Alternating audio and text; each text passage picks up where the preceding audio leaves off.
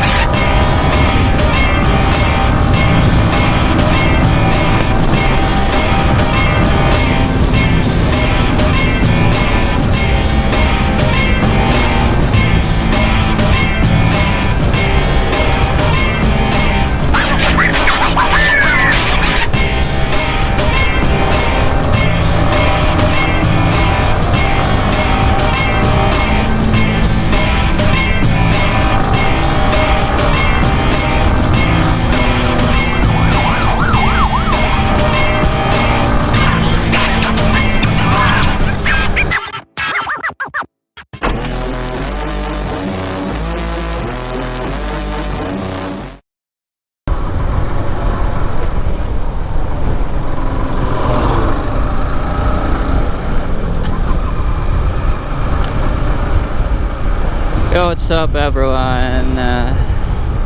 Another day, another ride. Parang ano lang, ginagaya si paring Hybe. Anyway, andito tayo sa may Tondo, Manila. And himala, hindi tayo nagvi-video ng gabi. So ang oras natin ngayon ay 1:00 ng tanghali.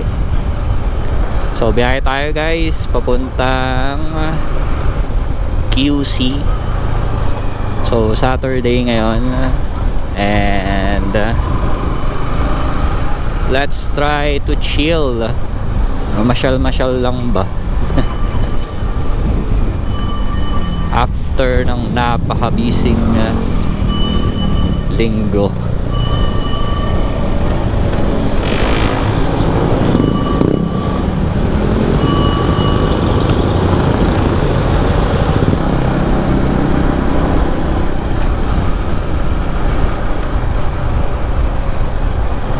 Sana ganito lang yung panahon and huwag kang uulan. Hassle pag umuulan eh. Mortal enemy ng mga rider ang ulan. Hirap bumiyahe pag umuulan kasi maglalagay ka pa ng kapote.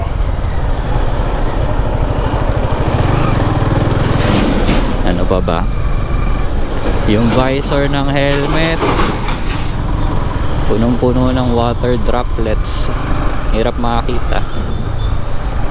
Yung loob ng helmet nagpa-fog kasi yung pin lock nitong gamit kong helmet, hindi ko alam kung ano nangyari. Pero nung nagpagudpud kami, ayun, napasukan ng tubig. Kaya wala na. Hindi ko na siya kinabit kasi mukhang papasok pa rin yung tubig eh. Mas lalo ako may hirapan.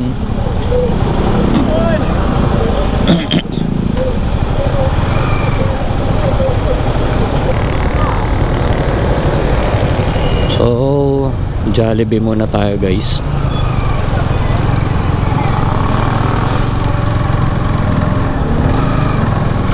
Jollibee muna tayo. Jollibee muna tayo dadaan.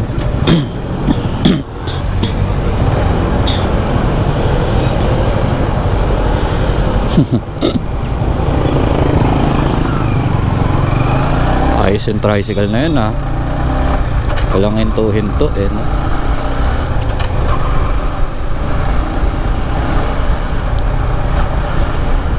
So remember guys, pag lalabas tayo ng bahay, especially sa mga nakamotor,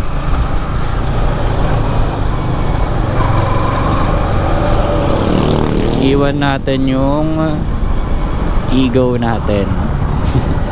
Every time nasasakay tayo sa motorsiklo, iwan nyo. Pag naunahan kayo, yaan nyo sila. Kahit mauna pa sila hanggang sa afterlife eh.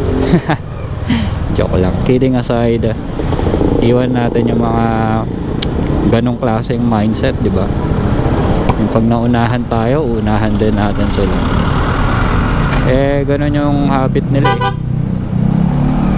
Hayaan nyo na lang sila. Pag inahabol nyo, baka kayo pa yung maaksidente.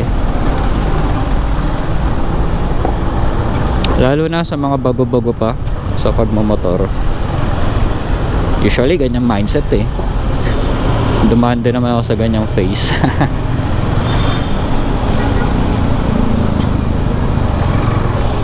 So syempre habang tumatagal, nare-realize mo rin na para saan ba yun?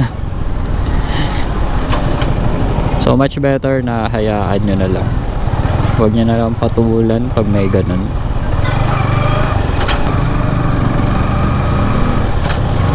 At the end of the day, sila rin naman ang lugi. Sila rin naman ang i-judge ng mga tao.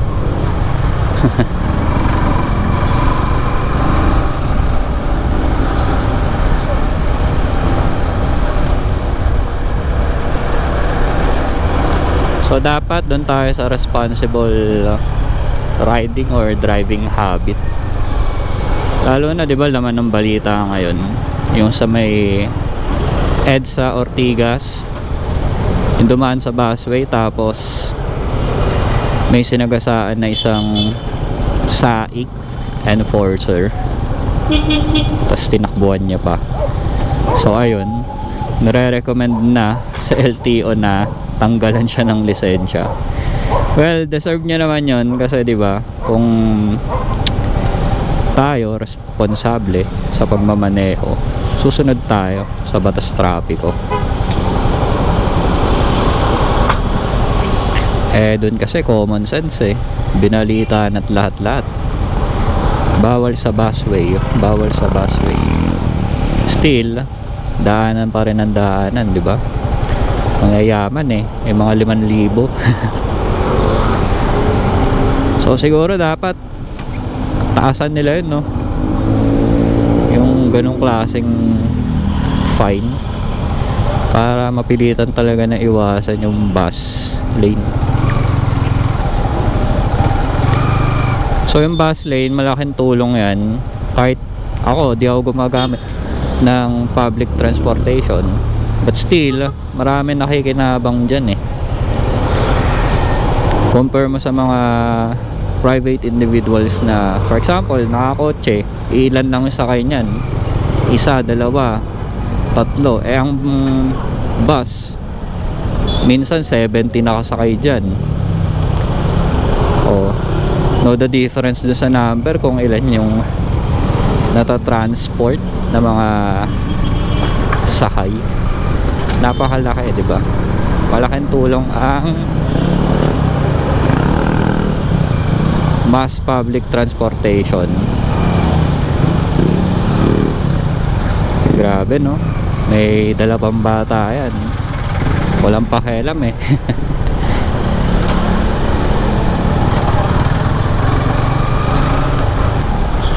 So dito na lang tayo dumaan lagi. Actually ito naman talaga lagi kong dinadaanan compare sa Aurora. Though Aurora din naman to, Aurora Avenue. Yung Aurora na sinasabi ko is yung Aurora Boulevard. Yung daan ng mga jeep papuntang Cubao, and yung line ng LRT, yun yung Aurora. Nga pala, mukhang kailangan ko na mag change oil ah. Last na change oil ko around 28,000 kilometer na odo. By the way, yung odo nitong motor natin ay papunta na sa 30. Imagine, ang laki, no? Layo na nang narating nito. Isa na lang ang kulang sa Luzon journey. So ang kulang ay Region 4B.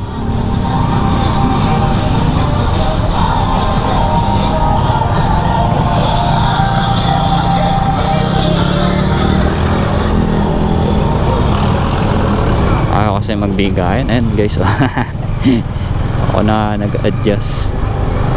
Pasukan ng pasukan. Wala, makakaabante lahat. Traffic, no? Well, siguro dahil ano, may libing. Mga papasok ng Manila North Cemetery.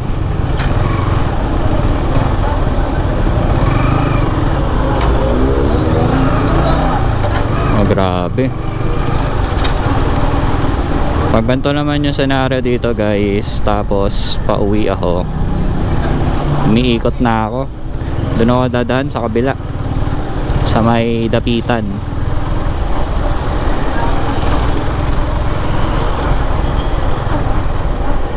Kesa antayin ko yung sobrang tagal na andar dyan. Kasi pag tawid mo doon sa kabila, traffic pa rin yan.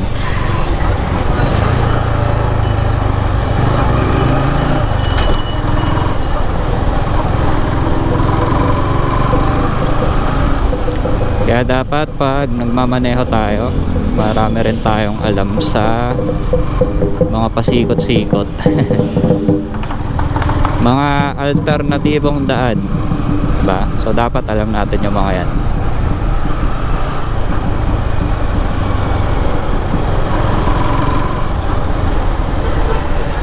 Though tataas yung consumption mo sa gas kasi nga daragdagan ng distansya yung biyahe mo, still, diba, hindi ka naman na traffic. Tuloy-tuloy lang din yung biyahe mo.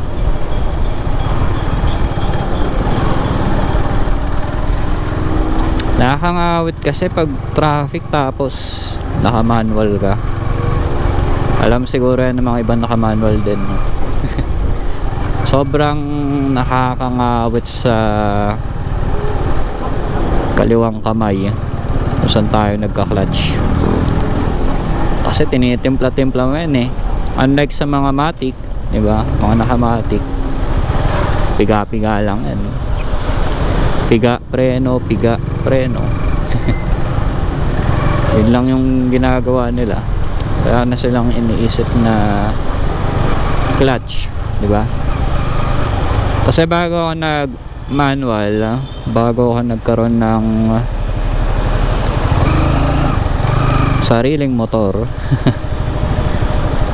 nangihiram lang ako sa pinsan ko. So yung hiniram ko na yon ay Honda Beat, maliit lang, so matic, madali lang i-drive. So syempre long term mag-isip. Well, gusto ko talaga magkaroon ng sariling motor. Long term mag-isip, di ba? Niisip ko in the near future magkakaroon ako ng sarili kong big bike.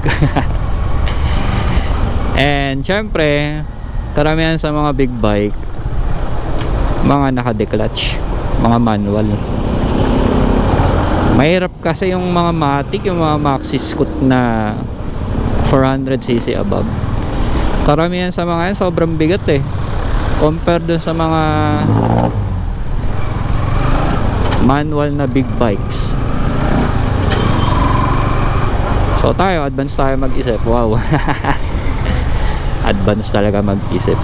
Or assuming tayo, diba, magkakaroon tayo ng big bike. Kaya mas pinili ko manual. Eh di rin naman ako nagsisi kasi laking tulong ng manual pagdating sa ano eh, akyatan ng mga bundok. Hindi ka mabibitin eh. Unlike di sa mga napapanood kong feedback from mga nakamatic, mga naka-scooter, medyo nabibitin daw sila. Tapos pagdating sa mga kurbada, nag-aalangan sila kasi nga sasayad yung ano nila eh, tawag doon, gulay board. Kasi may gulay board sila, di ba? Yung footboard. Basta. Yung tapakan nila. Baka raw sumayad pag lumiko sila sa kurbada.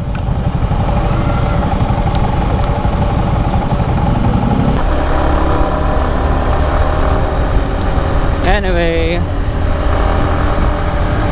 so kung kagabi guys, nasa kabilang side tayo ng Araneta. So ito naman yung side nung sa Quezon City. Kasi yung kabila majority doon ay side ng Manila, Santa Mesa, Manila. Ito naman side ng Quezon City sa may Santo Domingo.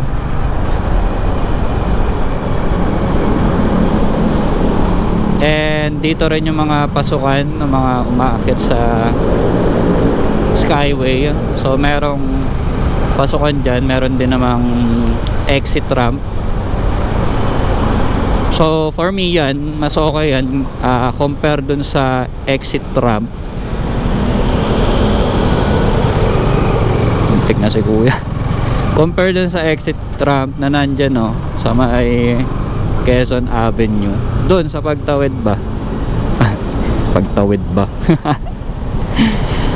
Kasi eto imagine nyo, nag-grant bigla, ano, yung mga exit ramp karamihan ng Skyway diretso agad sa major road. So kung major road yan, alam mo naman na maraming dumadaan, so magkokos siya ng traffic. So yan yung nangyayari sa mga exit ramp na palabas ng major road.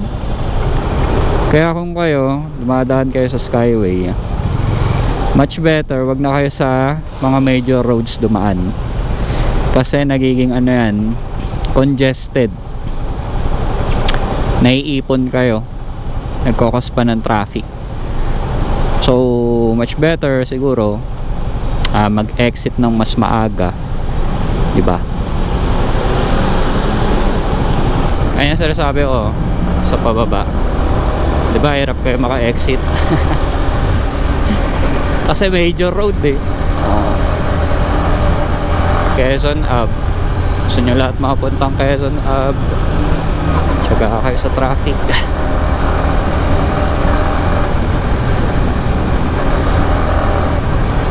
Dito tayo dumaan sa may ano ba? Rojas ba to? Ay, sarado. Okay, diretso na lang tayo. So dito natin tapusin yung video guys, and update ko na lang kayo next time sa susunod natin na video kung ano yung mga nakakabit sa motor ko, sa ating XSR 155. So ride safe sa inyong lahat, and ride within your limits. Kita kits.